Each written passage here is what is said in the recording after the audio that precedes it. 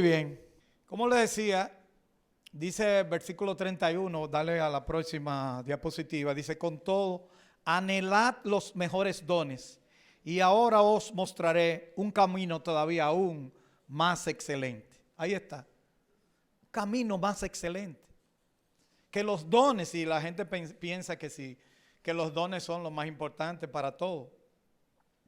Este versículo, tal vez la parte más importante, la última parte, que alguien le dice la parte B, dice, y ahora os mostraré un camino todavía más excelente. Realmente la Biblia, como ustedes saben, no tiene ni capítulo ni versículo originalmente, así que olvídese de eso, olvídese de capítulo y versículo. Siempre cuando estudie la Biblia, véala como un todo, completo. Así que eso es importante. Este camino aquí más excelente no se separa de la continuidad de lo que dijo anteriormente, que de qué estaba hablando antes, de los dones espirituales, dones de milagro, dones de todo tipo de los dones que se mencionan en el capítulo anterior. Sin embargo, Pablo quiere tomar de nuevo el tema en el capítulo 14, pero antes él quiere hablar del capítulo 13. Y el capítulo 13 habla de un camino más excelente que se llama el camino del amor. ¿Sabe que mis primeras predicaciones, cuando a mí me dieron la oportunidad de predicar, yo tenía 17 para 18 años, por primera vez. Y yo asustado, ustedes se imaginan, predicar a la congregación. Y yo dije, bueno, ya yo tengo los temas, fe, esperanza y amor. O sea, comienzo a hablar de la fe, después hablo de la esperanza y después hablo del amor. Yo creía que eso era facilísimo. Con los años me he dado cuenta que todavía es más difícil poder hablar de cada una de estas cosas.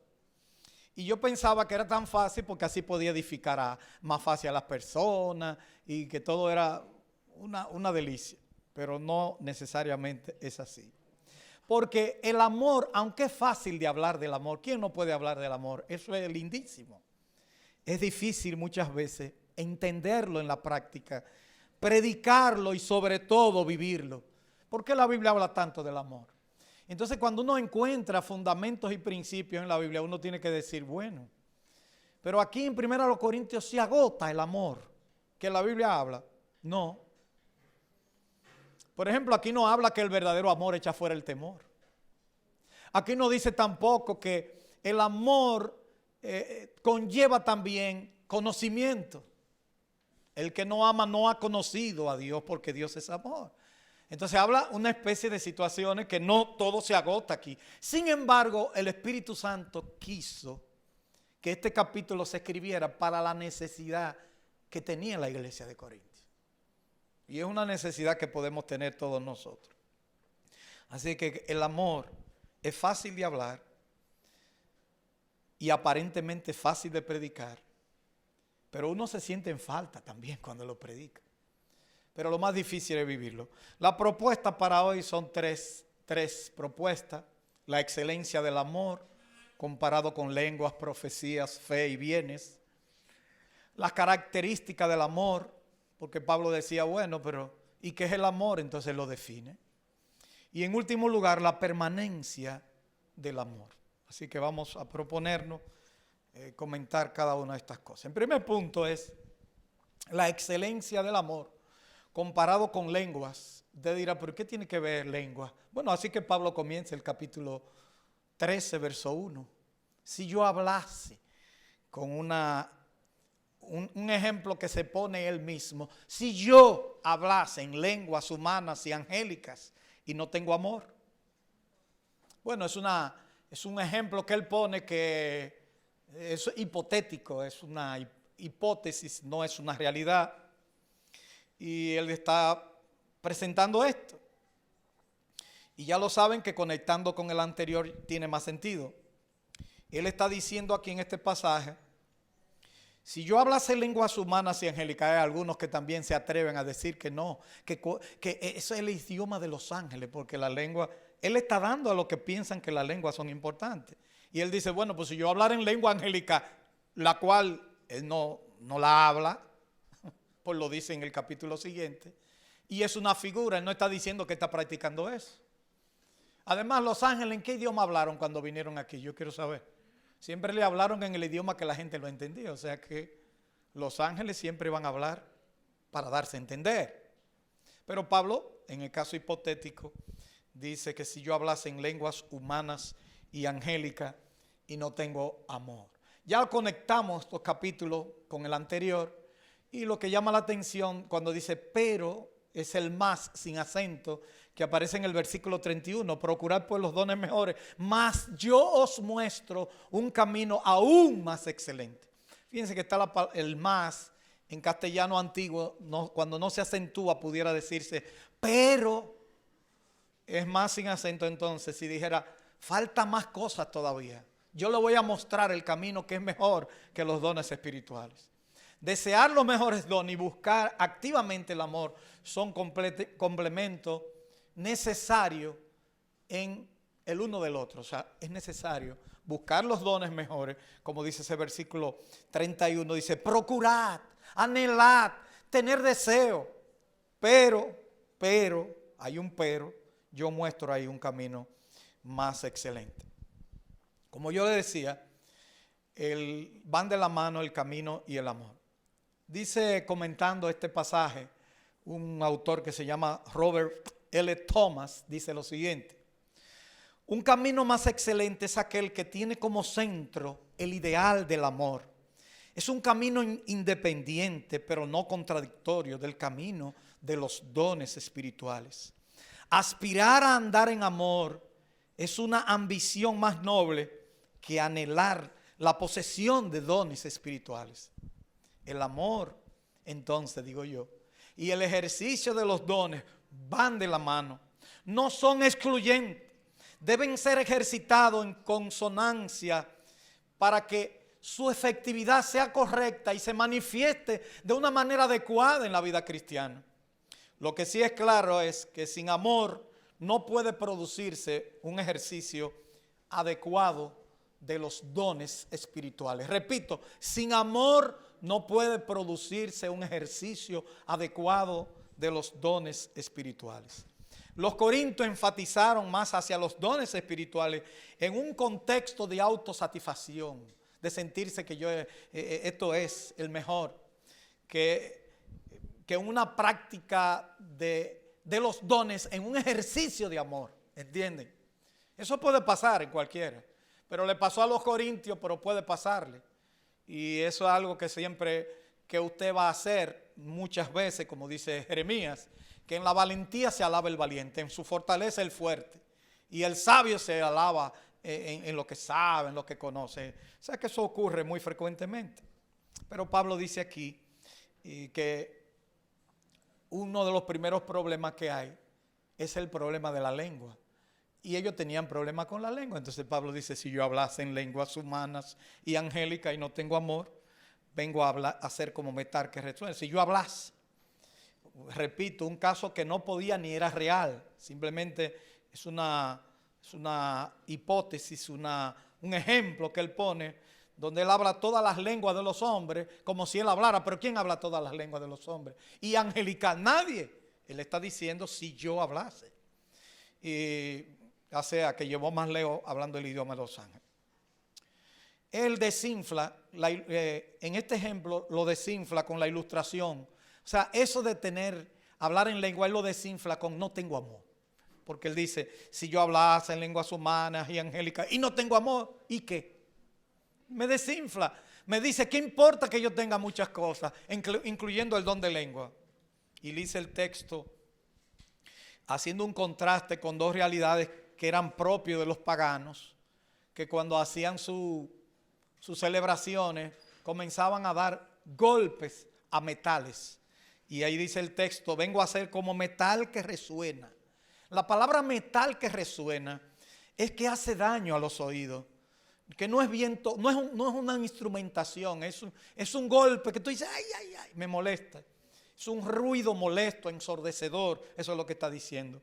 Un címbalo también que retiñe, o sea, que te molesta también, que era de bronce, que se tocaba y que producía un sonido también desagradable.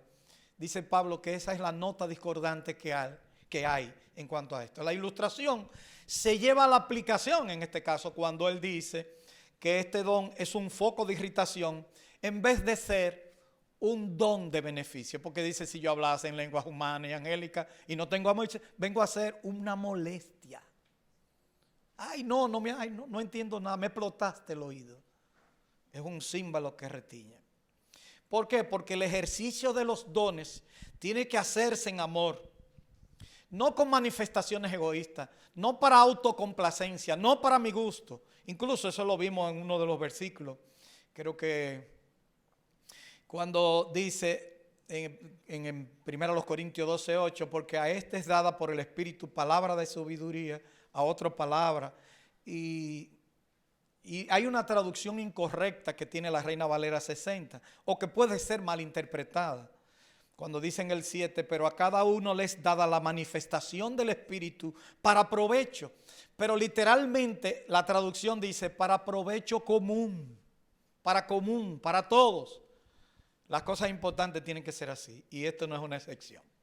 Ahora bien, la segunda cosa con que se contrasta no es solamente la lengua, sino la segunda es con la excelencia del amor comparado con la profecía y la fe. Fíjense ustedes que esos eran los dones que ellos enfatizaban con mayor fortaleza. Dice el versículo 2, y si tuviese profecía. Fíjense que Pablo vuelve a la misma hipótesis. Él está poniéndose como ejemplo él mismo. Y entendiese todos los misterios, lo cual es imposible. Y toda ciencia también es imposible. Y si tuviese toda la fe es imposible, fuera Dios. Pero él está poniéndose como ejemplo. Dice, si yo tuviera todo eso, de tal manera que trasladase los montes y no tengo agua, nada soy. Fíjense que Pablo lo pone el grado extremo diciendo que aunque yo tenga mucho superlativo eso, no soy nada.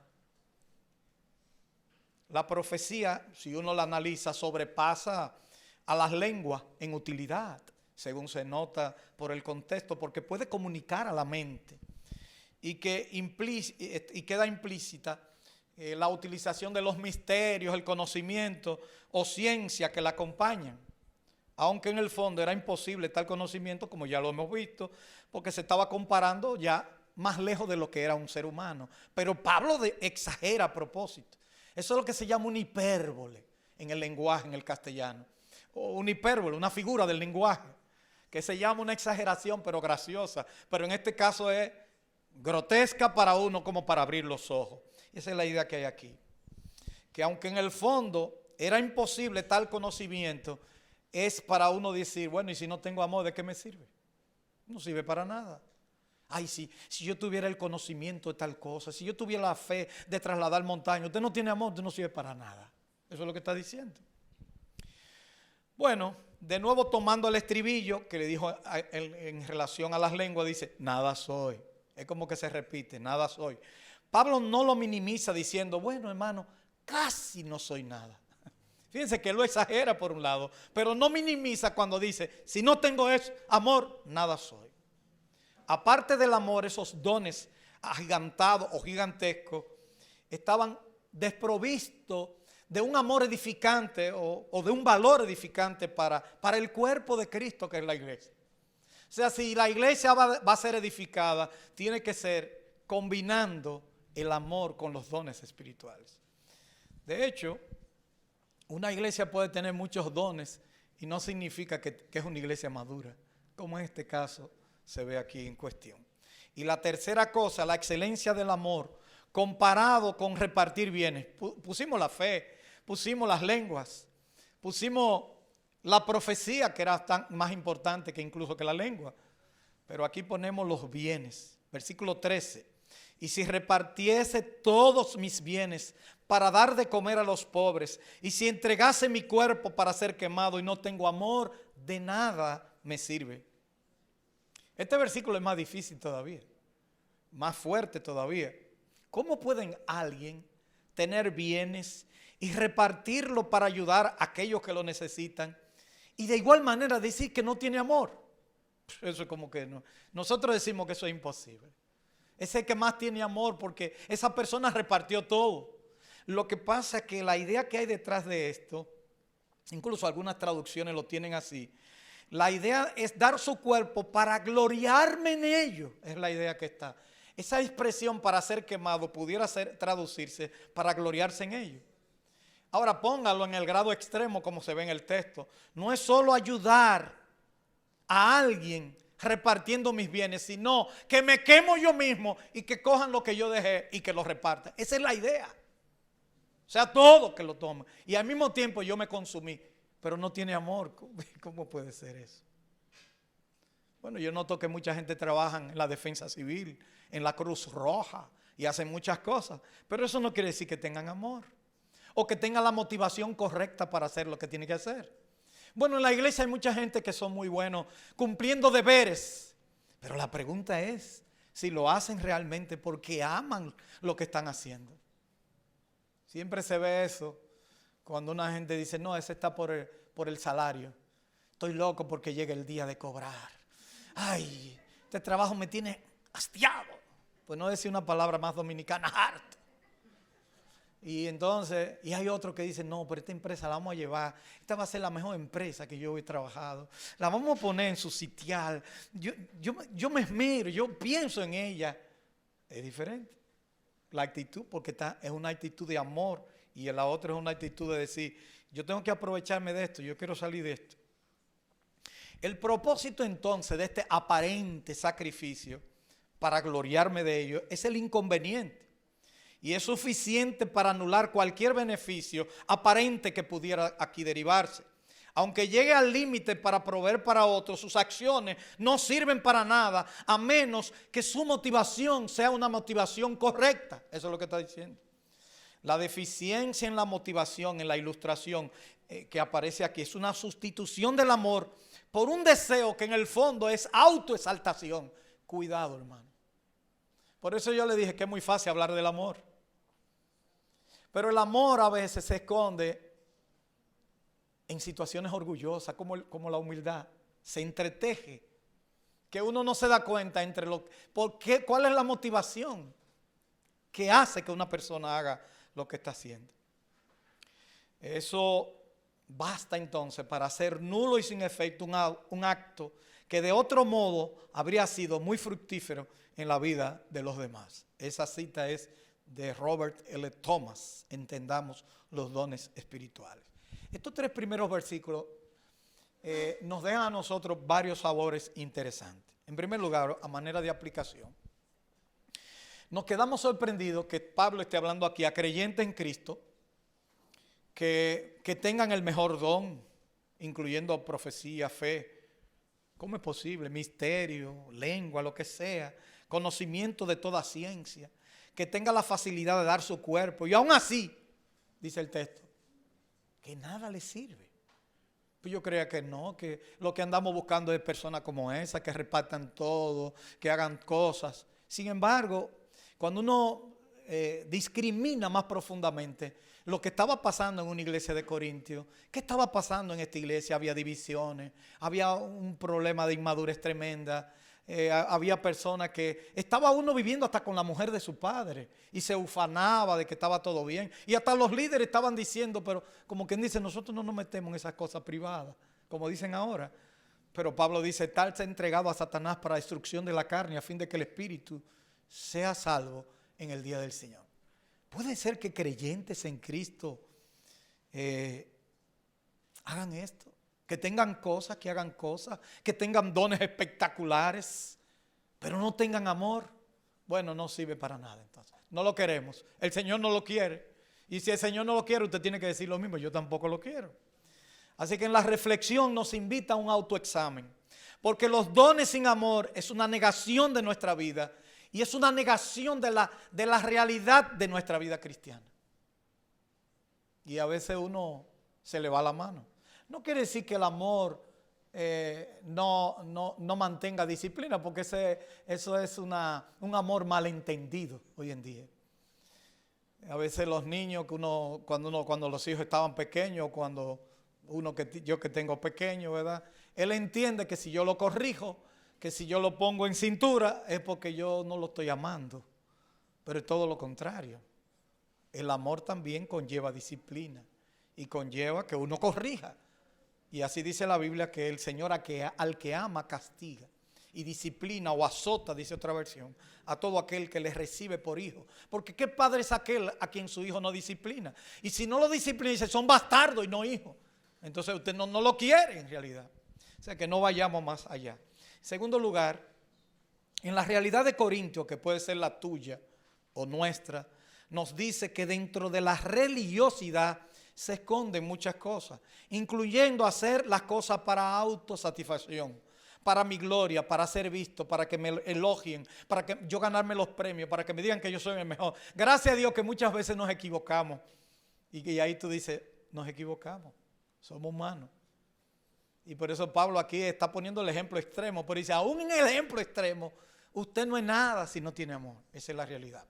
Segundo punto, la característica del amor. Pablo entonces dice, bueno, tal vez yo no he sido muy explícito, yo solamente estoy poniendo los dones, dice Pablo. Tal vez ustedes se preguntan, entonces Pablo, ¿qué es el amor?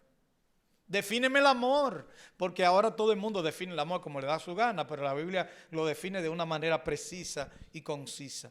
Y ahí comienza con los versículos 4, 5, 6 y 7. El amor es sufrido, es benigno, el amor no tiene envidia, el amor no es jactancioso, no se envanece, no hace nada indebido, no busca lo suyo, no se irrita, no guarda rencor, no se goza de la injusticia, más se goza de la verdad. Todo lo sufre, todo lo cree, todo lo espera, todo lo soporta. Bueno,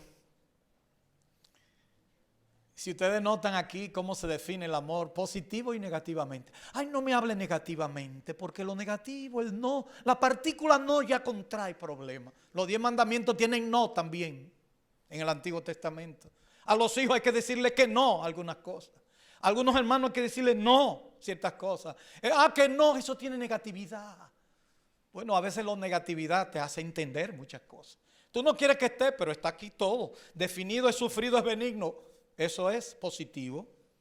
El amor no tiene envidia, eso es negativo. El amor no es jactancioso, eso es negativo. No se envanece, es negativo. O sea que en su educación, en su vida cristiana, hay cosas que usted tiene que decirle que no. No de que negociarla y poner a racionalizarla como hizo Eva con la serpiente allá en el jardín del Edén. No, porque tú sabes que dijo Dios que no coma. Pues entonces no morirá, le dijo la serpiente. Entonces le tiró otro argumento y ahí en el contraargumento se fueron de bruces. Así que ya nos damos cuenta que por los textos antes mencionados, leídos, que el amor es una herramienta poderosa, que es importante, que debe ser practicada. Y entonces, eso en los versículos 1, 2 y 3. Pero aquí vemos entonces que es el amor. Dos cosas que el amor hace: es sufrido y es benigno. Y tres cosas que no hace: no tiene envidia, no es jactancioso y no se envanece. Así que los detalles que se muestran aquí son lo necesario que el Espíritu Santo ha puesto en este pasaje para la corrección de los hermanos de Corintios, pero puede ser para ti hoy también. Es en base a la necesidad. El Señor, vamos a decir así, hace una medicina personalizada, como está de moda hoy. Ahora todo es personalizado. Una medicina personalizada, un cliente personalizado, todo personalizado.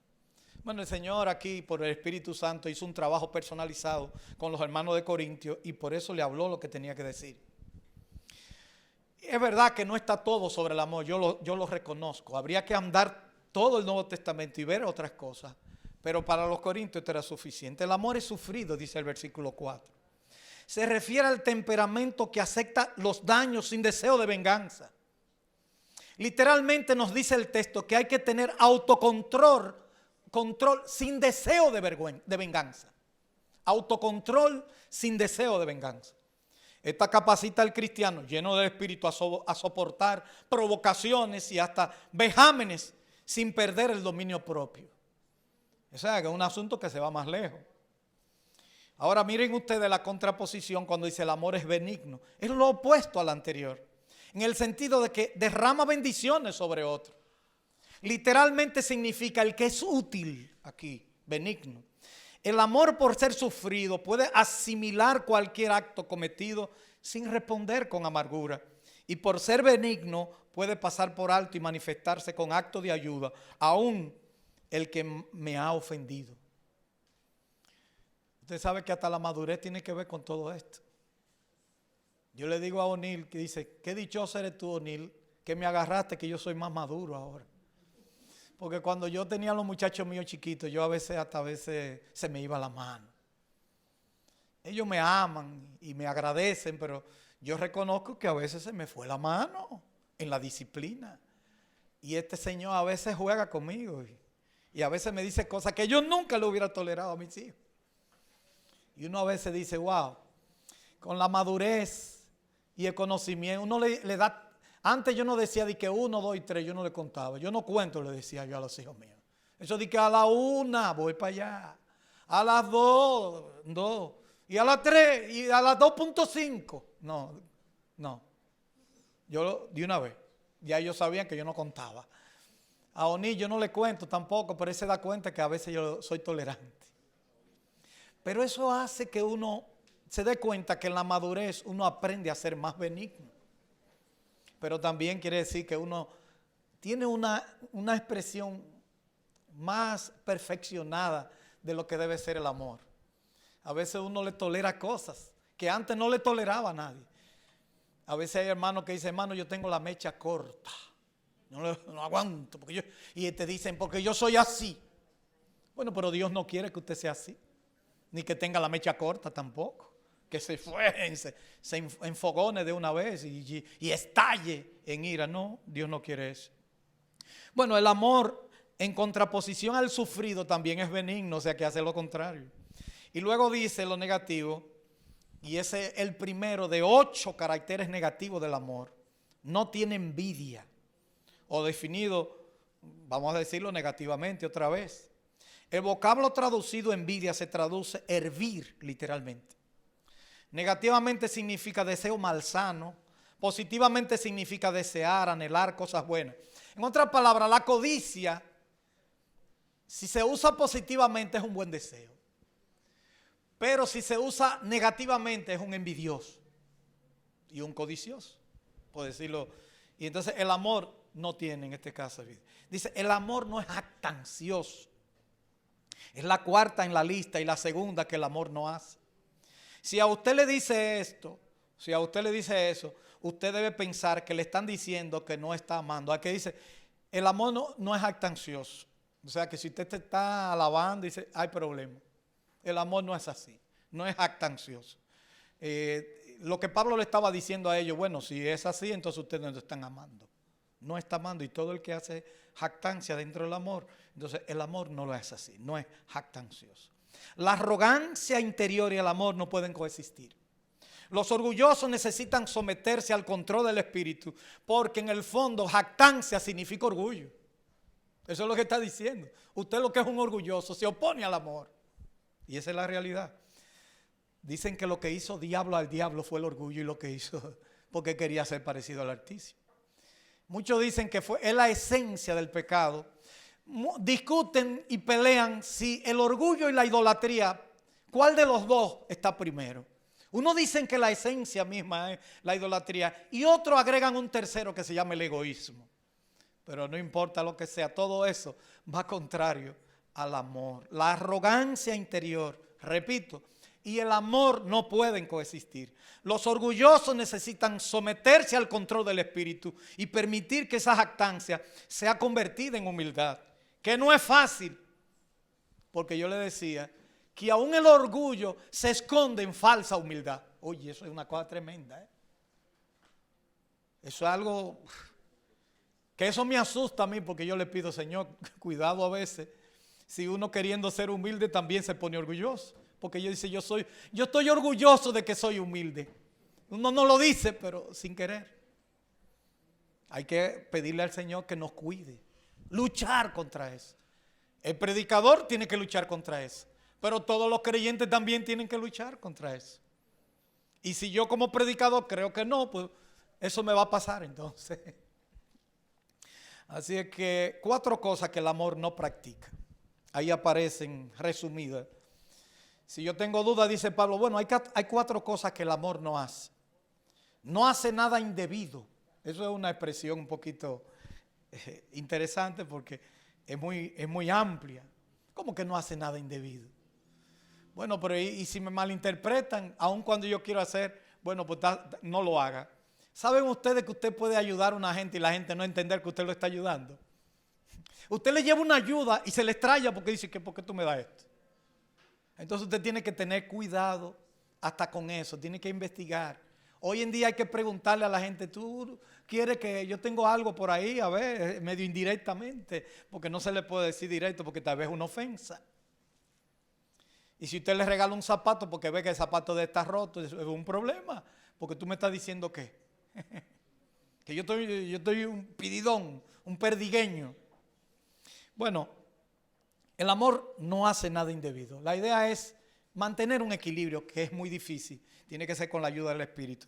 Fíjense que los dones espirituales, aquí yo diría en 1 Corintios 13, se conjugan con el fruto del Espíritu.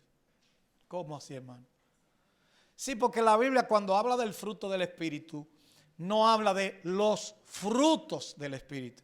Sí, pero la Biblia lo pone varios, son 9, amor, gozo, paz, paciencia, benignidad, bondad, fe, mansedumbre. Son 9. Templanza, dice, contra tales cosas no hay ley. Pero dice Pablo, el fruto del Espíritu, como si fuera uno solo. Y yo creo que como al final menciona otras características de fe y esperanza, y lo conjuga con el amor, pudiéramos decir también que aquí se está balanceando la idea de los dones espirituales con la llenura del Espíritu Santo, comandada como si fuera un director de orquesta por el amor. Bueno, dice, no se irrita. Bueno, hermano, eso es grande. ¿Cómo que el amor no se irrita? Pero en Efesios dice que no se ponga el sol sobre vuestro enojo, ni deis lugar al diablo. O sea, que hay un espacio en que la irritación pudiera no ser pecaminosa. Es posible. Pero yo le dije que aquí está hablando un poquito extremo. No se irrita. Muchos lo ven como el punto donde tú eres capaz de ir a juicio contra tu hermano. Incluso por el contexto, porque Pablo dice, oigo que ahí en Corintios hasta los hermanos están peleándose tanto que hay uno que está yendo a juicio contra su hermano. No es mejor sufrir el agravio. Sí, hermano, pero fue que me cogí una casa y es fácil. Y lo grande que dice que tú eres evangélico, que eso no es nada. No, usted puede ir a juicio. Pero hay situaciones que es mejor sufrir la parte económica y el agravio y dejarlo así. Lo grande es que cuando una gente pasa con alguien así es que después no quiere ni saludarlo a usted y usted le hace ver como que usted es el que está en falta. Y eso ocurre muy frecuentemente. Pero, así que hay que tener cuidado porque parece ser que la irritación tiene que ver cuando yo la convierto en situación pecaminosa. Porque yo he hecho la encuesta en pareja de matrimonio y le digo, hermano, levanten la mano los que nunca se han airado. Y nadie me ha levantado la mano. Ahora, el asunto es que hay una ira que puede convertirse en pecado cuando yo doy lugar al diablo. En Efesios capítulo 5 habla de eso ahí, que no está hablando en sentido general a todo creyente. Cuando dice no se ponga el sol sobre vuestro enojo ni deis lugar al diablo. Eso quiere decir que da chance y que me puedo irritar en algún momento, que no se convierte en pecaminoso cuando yo hago daño a otro. Cuarto lugar, no guarda rencor. Bueno, yo lo puedo resumir diciendo no pasa factura, porque hay personas que tienen una memoria de, yo no sé si los elefantes, que no se olvidan el lugar, que su antepasado lo llevó a beber agua y por eso dicen, tiene una memoria de elefante. Hay personas que tienen la memoria, yo tengo un amigo que tengo que andar fino con él. Lo grande es que él no me corrige en el momento. 3 meses después, él me da detalles de todas las cosas que yo le dije que ya yo no me acuerdo. Y de todos modos tengo que pedirle perdón y tengo que confiar que lo que él me está diciendo es verdad. Pero él comienza a decir, ¿tú te acuerdas hace 3 meses cuando tú me dijiste así, asá? Pero ¿por qué guardaste tanto? ¿Por qué no me lo dijiste a tiempo? ¿Por qué no me lo expresaste? Bueno, no pasa factura. Una cosa que el amor no practica y otra que sí practica. Ahí están en el versículo 6. No se goza de la injusticia, más se goza de la verdad. Como muestra el pasaje, el tema gira alrededor del gozo ahí en ese versículo. La injusticia nunca puede ser causa de gozo. Como creyentes siempre estamos a favor de lo justo en el conflicto que no acaba, el conflicto del bien y el mal, pero uno siempre está a favor del bien. Y para eso uno tiene que discriminar a la luz de la Escritura, porque hay muchas cosas que le dicen buenas hoy que no son buenas. Y a veces usted que tiene que revisarse, a ver si es usted que anda mal. porque la sociedad de hoy está poniendo otros parámetros que la Biblia no pone, pero para el creyente el parámetro es la palabra. Así que yo quiero resumir rápidamente que el amor se goza de la verdad, porque ambas son hermanas. El error es incompatible con el amor, puesto que el error es una distorsión de la enseñanza bíblica. Entonces, cuando dice no se goza de la injusticia, pero se goza de la verdad, es como poniéndolo en paralelismo. Usted sabe que la literatura hebrea es muy rica en eso. Si no, lea los salmos. Cuando usted estudia los salmos, usted tiene que ver lo que dice más antes. Siempre pone un versículo en oposición a otro. O cuando lee los proverbios todavía, que es mucho más rico en eso. Dice siempre un pero. Siempre la parte de arriba tiene el pero abajo. Y siempre, como usamos la Reina Valera 60, usa más sin acento. 4 cosas más que el amor hace. Es mejor cuadrar todo lo cree con todo lo espera. ¿Por qué? Porque aquí viene una cosa. Si usted sigue leyendo en los versículos siguientes, después del 7, dice todo lo sufre, todo lo cree, todo lo espera, todo lo soporta. Entonces es mejor como ponerlo en paralelo, el todo lo cree con todo lo espera. Y luego poner en paralelo todo lo sufre con todo lo soporta. Porque para entenderlo mejor, todo lo cree en el sentido que da la oportunidad a la duda. No quiere decir que el creyente es una persona que es un ingenuo, no es eso, no. Es que te da la oportunidad, está bien. Yo me di cuenta que hubo algo raro, pero está bien. Oportunidad a la duda. Hay personas que un creyente tiene que dar oportunidad también, porque si no sé si se cierra, nunca le va a dar chance a otro. Nunca va a perdonar a nadie. Siempre va a pensar que tiene la última palabra y así no puede ser. Pablo, después que devolvió, porque Juan Marcos se devolvió en una, dice usted no va para el segundo viaje. Y Bernabé dijo no, yo me voy con él. Entonces tú vete con Silas. Pero después Marcos le era útil, dice en Timoteo, a Pablo. Entonces tenemos que también bajar la guardia. Todo lo cree en el sentido que da la oportunidad de la duda, repito, porque contradeciría el punto anterior. No es que si algo es azul y siendo verde yo diga sí es azul. No, si es el color que es, el color que es. Como creyente, no es que todo lo cree, yo soy, no, me dijeron que era verde y que dijera que es verde. No, no es verde, no es el color que es.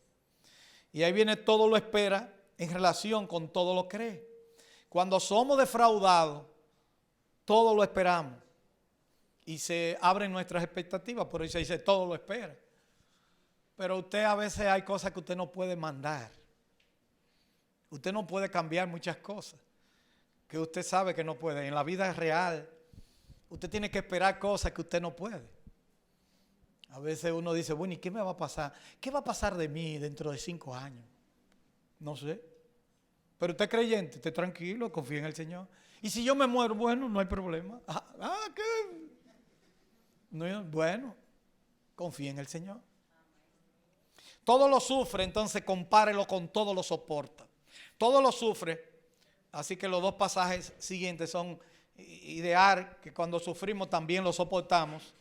Entonces, todo lo sufre, con todo lo soporta, van juntos. Lléveselo junto en el maletín, éntrelo y lo lleva ahí junto. Y el sufrimiento y el aguantar también van de la mano. Eso quiere decir que el creyente es aquel que aparece ahí en Mateo cuando el Señor dice en el Sermón del Monte. Eso es un hermano que él dice que le dieron una cachetada, ¡pam! Un galletón, como decimos nosotros, una galleta, decimos aquí en República Dominicana. Y el hermano le dijo, sí, pero el Señor dijo que pusiera la otra mejilla. Y dice, pues ven, dame la otra. Y le dieron la otra y dice, de ahí para adelante el Señor no dijo nada. Pim, pam. No es que seamos tan literal, sino que en realidad nosotros sabemos que es un poquito de esto. A manera de reflexión, otra vez, Robert L. Thomas dice lo siguiente. La idea original de todo lo sufre es la de cubrir la falta de los demás. El amor tolera todas las irritaciones producidas por los amigos por causa de sus características personales, de su ingratitud o de cualquier otra falta de consideración. No conoce nada semejante a conflicto de personalidad. es perfectamente compatible incluso con el más intolerable de todos los compañeros. Ahí esa es la parte más difícil. Y como creyente usted a veces va a ser vulnerable. Hasta como iglesia. Yo recuerdo que yo estaba en una capilla, un local, que la gente le dice iglesia, que los vecinos, teníamos un callejón amplio de casi 1,5 metros, y los vecinos cada vez que tenían un animal muerto lo tiraban para allá, para el patio de nosotros. Y cualquier cosa, pues, para allá iba. Oye, pero... Y uno como iglesia, ustedes saben, uno no quiere tener en conflicto con... Hasta que un día entonces yo se lo eché para el otro lado. Pero después me sentí mal, entonces le pedí excusa. Pero de ahí en adelante no lo volvieron a echar, pero yo lo recogí. Pero a veces no es fácil. A veces no es fácil. Y la tercera y última, y con eso concluimos, la permanencia del amor. El amor nunca deja de ser, pero las profecías se acabarán y cesarán las lenguas y la ciencia acabará. Es como si dijeran, señores, el amor tiene más tiempo, los otros pueden pasar, los dones, hay dones que son pasajeros, que ahí es que se está contrastando, pero el amor va a permanecer. Cuando venga lo perfecto, entonces lo que es en parte se acabará. Pablo aquí está diciendo que, profetizando, pudiéramos decir, que hay dones de esos que no iban a estar vigentes. Y ahí pone el ejemplo de un niño. Cuando yo era niño, hablaba como niño, pensaba como niño, juzgaba como niño, mas cuando yo fui hombre dejé lo que era de niño. Y termina con el pasaje que ahora permanecen la fe, la esperanza y el amor. Estos tres, pero el mayor de ellos es el amor. Bueno, si usted quiere una síntesis de este pasaje, usted tiene que comenzar otra vez y devolverse. Dice, antes de entrar al final, déjame leer el 8. El amor nunca deja de ser, pero las profecías se acabarán y cesarán las lenguas y la ciencia acabará. Dice, ahí te resumen de lo que Pablo dice más adelante. Así que los dones, incluyendo las profecías, las lenguas, la ciencia, que vimos cuando hablamos de los dones, que la ciencia es ese conocimiento sobrenatural, acabarán. Tienen final en contraste con la fe, con la esperanza, con el amor. ¿Qué es lo perfecto? Lo perfecto es la terminación del canon de la Biblia, del Antiguo y Nuevo Testamento. Lo perfecto tiene que ver con la madurez, es probable que ambas cosas estén de la mano. Cuando él decía que yo era como niño, hablaba como niño, y muchos dicen que esa expresión, hablaba como niño, se refería al don de lengua, pensaba como niño, se refería al don de la profecía, juzgaba como niño al don de ciencia o conocimiento sobrenatural, y entonces dice, ya yo dejé eso, porque ya tengo completa las escrituras y el estado de madurez. El versículo 12 es que lo ilustra cuando dice, ahora vemos por espejo, oscuramente, mas entonces veremos cara a cara. Ahora conozco en parte, pero entonces conoceré como fui conocido. Y entonces se aclara la permanencia del amor en el versículo 13. La fe, la esperanza y el amor tienen una permanencia garantizada, mientras que la lengua, la profecía y la ciencia acabarán o cesarán. Pero la línea de separación entre el amor, la fe y la esperanza se aclara como que el mayor es el amor. Si usted tiene dudas, consulte ese pasaje. Terminando a manera de aplicación diciendo varias cosas. ¿Cómo nos afecta eso? Número uno, tal vez te sientes desanimado por haber fallado en la práctica del amor. En este pasaje te hace ver que el amor permanece, que como Dios le dijo a Caín, te lo dice a ti, el pecado está a la puerta, ven. El amor permanece, entonces vamos a practicar el amor, que siempre ha sido permanente.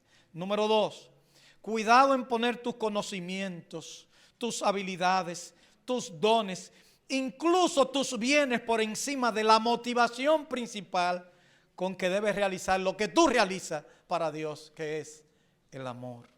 Y en tercer lugar, la claridad de la palabra de Dios nos puede ayudar a crecer y ver las cosas más claras que como la puede ver un niño, porque nos conduce a un estado de madurez espiritual para discernir su palabra. En conclusión, solo el amor es permanente, nunca deja de ser.